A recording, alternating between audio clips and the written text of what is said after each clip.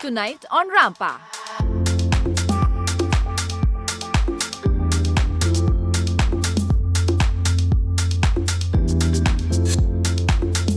How do you define being a beauty queen?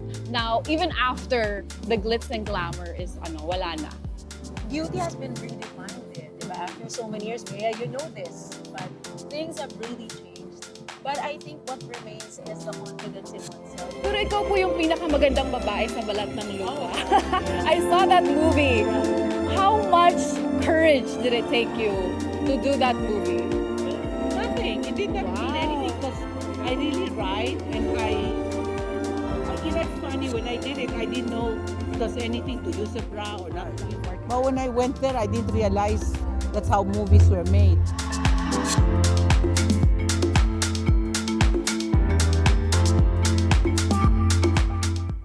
Tonight we walk for dreams, for causes, for every woman who turns her story into strength. And later on we sit down with two women whose names are forever written in Philippine pageant history. Miss Ricci Alagao and Miss Gloria Diaz. Queens who've proven that beauty can take a head, but it's your purpose and passion that will keep you there in the lead. But before we go to that, may bago tayong makakarampa para sa latest sa mundo ng kagandahan, our pageant correspondent, Nathan Season.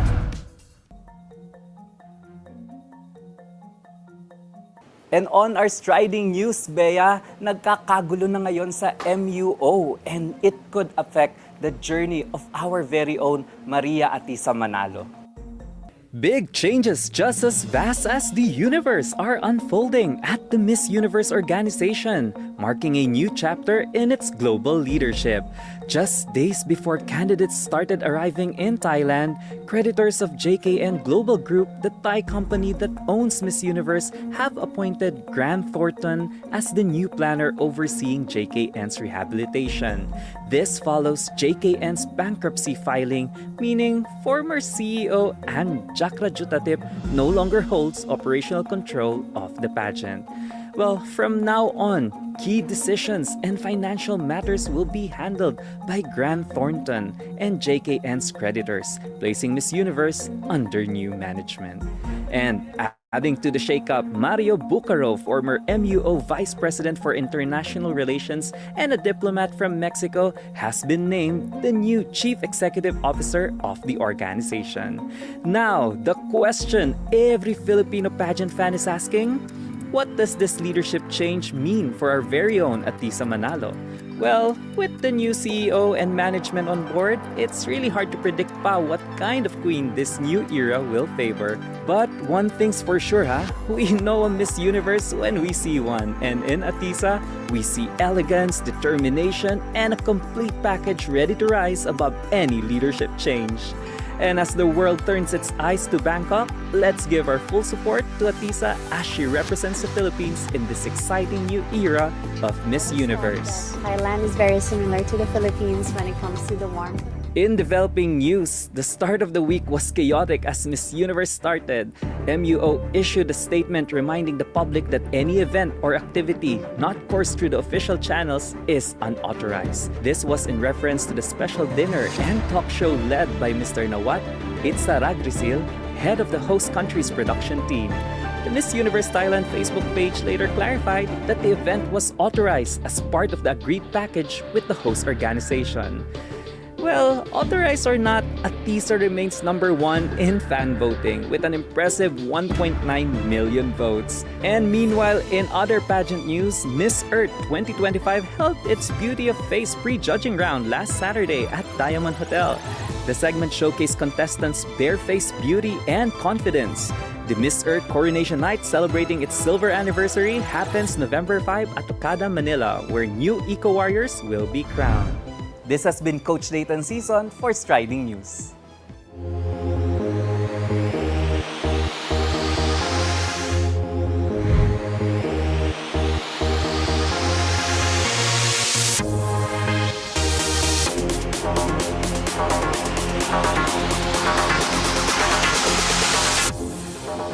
Hi everyone, it's me Bea Santiago and we are here celebrating Ron Balagtas, her story, celebrating every woman's milestone. Now we have celebrities, beauty queens, And a lot of CEOs are here as well. I'm so excited to be walking and showing you what I look like if I get married.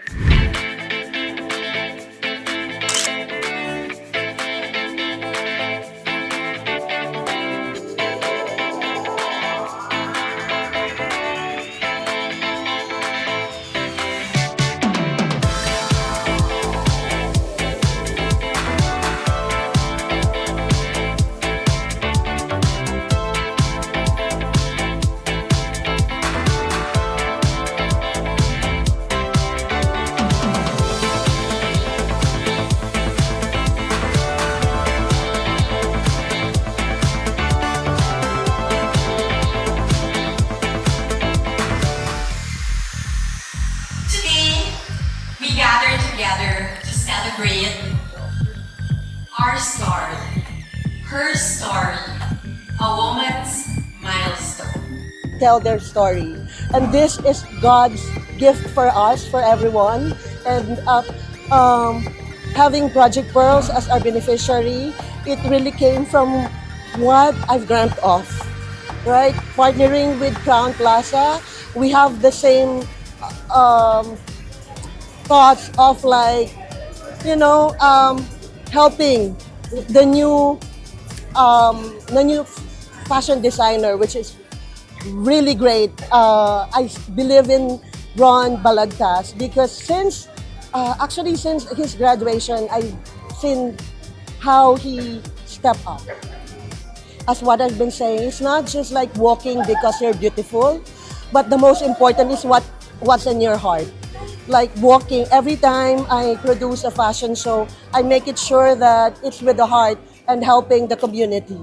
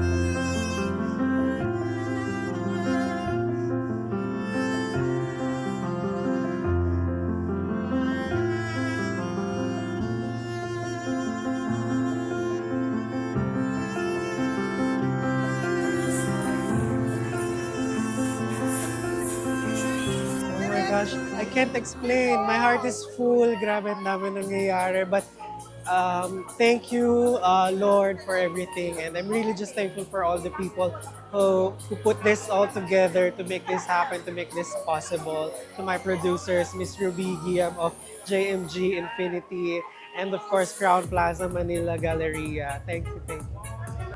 This is very special because this is not just a fashion show. It has a story. It has meaning that we aim to inspire people about this story of a journey of a woman surpassing all the trials and becoming victorious at the end. Lagi ko nga sinasabi when during our meetings when we were brainstorming this event, no, sinasabi ko it's really nice because we're using this platform not just to showcase beauty, glam, and fashion. It has a story, and I hope a lot of people would be touched with what we have presented, and we're really thankful na and grateful kami that we were able to have this fashion show, this launching, but with something really deep.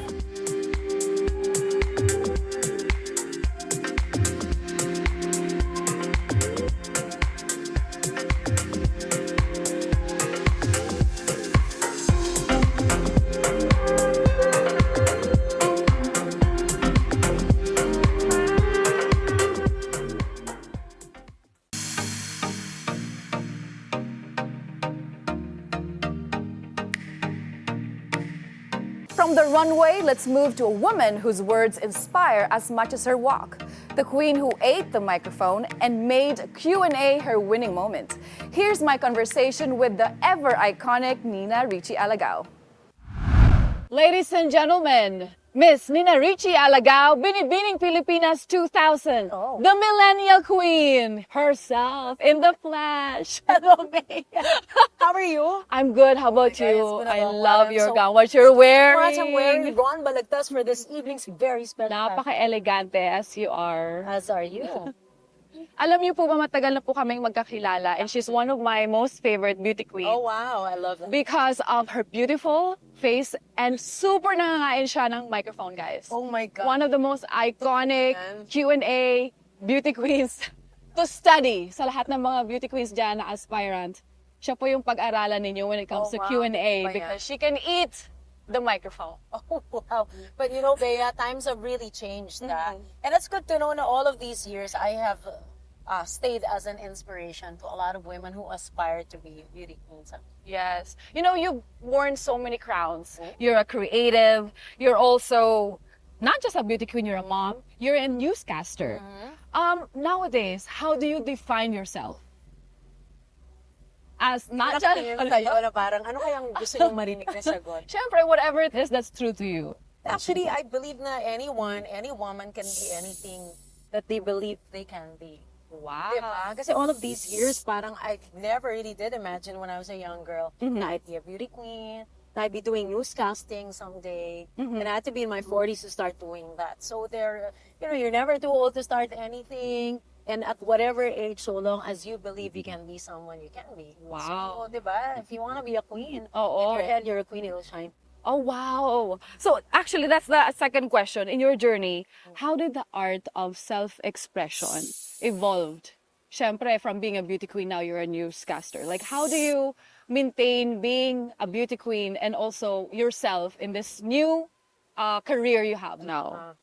I think that it's something that you gain through the years. As you get older, you become more confident. Your experiences will make you a better person. I'd like to believe na it's method from you, diba? Living journey through life. So how I am now is the result of the many years that I've experienced many different things.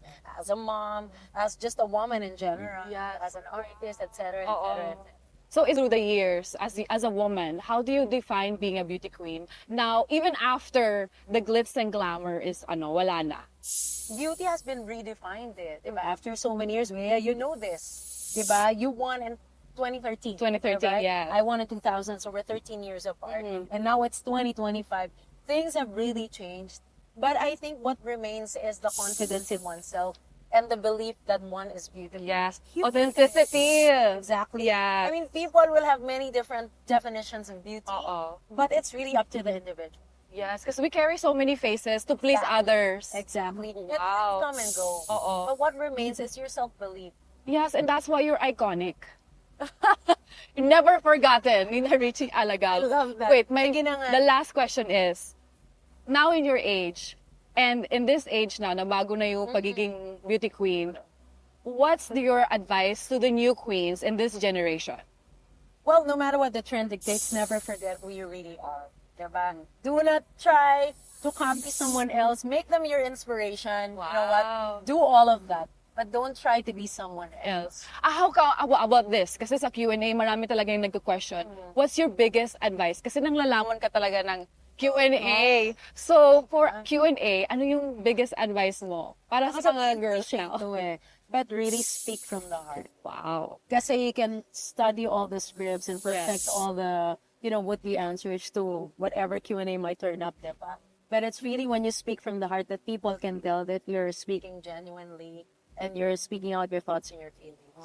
Pinag-usapan natin kanina kasi medyo robot na daw yung mga new girls. Ano yung masasabi mo sa mga, syempre they're trying to please para makapasok sila sa league of being a beauty queen. Ano yung gusto mong iparating sa mga girls who think na they have to copy or they have to be robotic or they have to be yung very boxy para maging beauty queen? Yun na nga, even if you study your Q&A and you memorize certain lines, diba, that are medyo cookie-cutter type of questions, diba? Never ever forget to incorporate who you really are. laging ganun eh. Kasi if it sounds like someone else, diba, how is that impressive to Yes, the judges? yes. Diba, na parang, I've heard that answer not too many times before, so it doesn't stand out. The only way it can stand out, it can be the same answer, but the only way it can stand out is if yung personality wanted to shine through the answer. Ay, wow. Diba? Ladies and gentlemen, another crown. Thank you so much. Yeah. Oo, So, thank isang you. dagdag lang during my Q&A, it was very candid the way I answered. Yes. I think that's what won me Effortless. the crown. Yes. Kumaga, it wasn't the best one, diba? Yes. Confidence. So, it was really from the... Oo. Knowledge is power.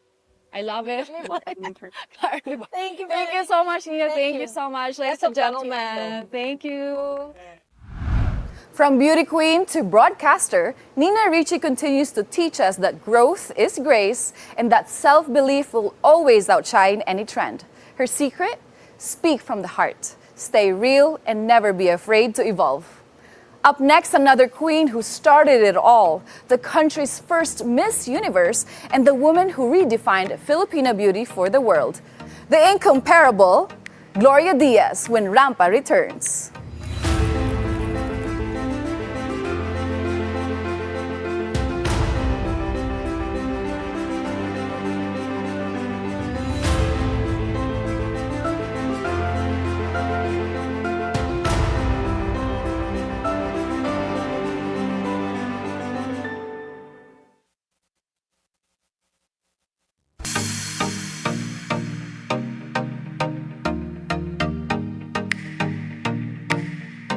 She was the first Filipina to conquer the universe, elegant, fearless, and unforgettable. And in this rare conversation, she tells us how beauty has changed through time. From unfiltered stories about her legendary film roles to her unapologetic take on aging, motherhood, and social media. This is wisdom wrapped in wit. Let's sit down with the one and only Miss Gloria Diaz. Ladies and gentlemen, the one and only Miss Gloria Diaz. Wow, you are so elegant and beautiful pa rin po. How to be you, Miss Gloria? So what's the secret on your beauty, elegance, and youth? I don't think it's any secret. I think the young today are so beautiful. My daughters are so beautiful. Yes, So, yeah. I have Well, two OG, daughters. The OG pa rin, di ba? Yeah. You work out to maintain. Yeah, yes, I do. I work out a lot. But you can feel the age talaga creeping. Because if I used to work out about 2-3 hours before now, after 30 minutes, I'm so tired. Well, you can sleep naman and then after workout again. Work out again. I know. Okay, my question po is, you've always been a picture of elegance and beauty and confidence. What can you say to the young women looking up right now, and to the young men as well, who's aspiring to be another beauty queen like you? Being beauty queen now is totally different from beauty queen before. Now you really have to exercise a lot more, and you can enhance, Yes. and you can do many things. Science helps. Yes. So during my time, it was important to be athletic, basically very wholesome. Too wholesome for now. Kasi now you have to be woman of the world, di ba? Especially they allow you to be a little bit older Yes. and everything. So it's totally different. Pero ikaw po yung pinakamagandang babae sa balat ng... Oh God, yes. I saw that movie. Yeah. How much courage did it take you to do that movie? Nothing. It did not mean anything because I really ride and it's funny when I did it, I didn't know it was anything to use a bra or not to use a bra because my mother never used a bra and she went to see the movie. And parang it did not naman shock her nor my dad. So the most shocking part there na nga is yung away namin. And then yung isang kissing scene namin. So that was the shocking part. But when I went there, I didn't realize that's how movies were made. Now, 650 movies after, Yes. or maybe more, then I realized, boy, you need to be young to be in movies, di ba? Kasi it's so tiresome. Yes. Okay. But now at least, when you're a senior citizen, they make you work. I think 10 hours Ay, opo. max. Yeah. But I think it's more than that. You're the Gloria Diaz. I think you can say whatever you want, do whatever you want, at short of a time lang. Kasi you can dictate na, I mean, hello, di ba po? Aside from that, my question is, pageantry has evolved so much. And the idea of beauty has also changed. Ano po yung gusto niyong sabihin sa mga beautiful beauty queens now? Well, of course, the most important thing, you're lucky now. You can really memorialize everything with your cell phone. Yes. And now you can do all kinds of things. It's so, at an arm's length. Yes. You can, if your hair's not long enough, you can add. Yes. If your boobs are not big enough, you can add. If your waist is not small enough, you can suck it, right? Yes. Or something. But more than anything, the physical part is not the most important. And I'm sure you know that you really have to develop a few friends, a handful of good friends that will be there forever. And you also have to develop other interests, like, of course, family, children, and maybe things to give back. And it doesn't have to be, how do you say that, put in the newspaper. You just do it on your own so you feel good. And then you learn to, how do you say that, cope with other things. Because like when I got in movies, it was a fluke. But I truly enjoyed it. And I'm still having a good time now. But I'm not the type who goes to every party. I have my own private life and Yes. I enjoy everything I do. So you balance privacy Yes. and also your person. Yes, yeah. I don't have to tell the whole world that What you do. what I did. I had a cesarean and or whatever, diba? What happens now with social media, you seem to have to share everything with the whole world. And Yes. the whole world naman doesn't care, maybe, right? So much to say. Yeah, they have so much to say. But somehow, now, parang my happiness is with my children, my apo, my own little life, ganon. It's not so important what everybody thinks of me, di ba? Because somehow my children now are the ones who, well, they're not children, they're adults na. Yes. Ava, Belle, Raf, they're already adults. So Their own they have their own. But the weird thing is they're always correcting me. Mom, don't say that. Don't do that. Belle, at this age, I can walk naked. Yeah, you have the license to do so. I can walk naked. Who cares? I mean, what people will say. And so they always say, Mom, it's so nakakaya. Why did you say that? Why did you text that? Oh my God. Like you have your own built-in sensors. But it's okay. We forget sometimes our moms Yeah. also their own person. Yeah, and they have also their own, happening. Character and personality. And happening. Wow. And aside, okay, speaking of personality, marami na po ngayong beauty queens na hindi marunong ng identity nila. Nangungopia na sila ng ibang beauty queens to have a chance in the Yeah. world of pageant. When it comes to Q&A po, you have the most epic answer. Until now, memorable ang inyong Q&A. No, the thing is, I always think of the contestant. I always think of them as Belle or Ava. So I always try to give them the simplest question, like, who's your best friend and why? Yes. And then they come up with these unbelievable answers. Because actually for me, it's not the content of what they answer, as long as it's not really stupid. It's how they behave, how nice they smile, or how sexy they are, or stuff like that. But sometimes it's misconstrued that I'm trying to give a very complicated question, and then the contestant comes up with very big words. I hardly understand. But trying to impress the Gloria, ganun po yun. Well, I don't know. I think most of the judges, especially the men, they want to see them smile, laugh. Yeah. I never heard the contestant nga laugh loud di ba?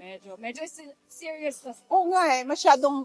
So, thank you po again. Thank you for your words of wisdom. Napaka-elegant pa rin. Thank you so much. Thank you. Thank you. Thank you.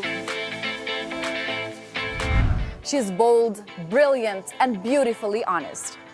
From reminding us to find joy in privacy to celebrating life beyond the spotlight, Gloria Diaz shows that true beauty stands the test of time. Her secret? Keep your humor, your humility, and a handful of real friends. Because at the end of the day, that's the kind of crown that never fades.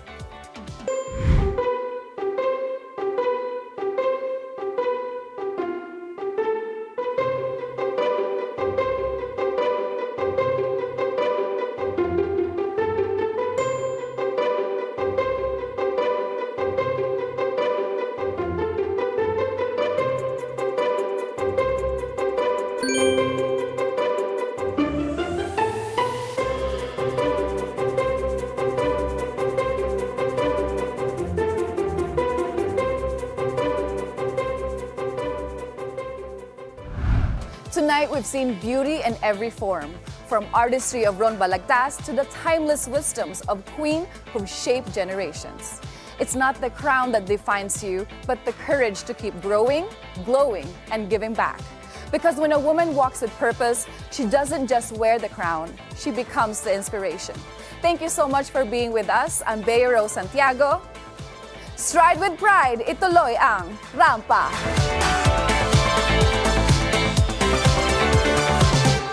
Next week on Rampa.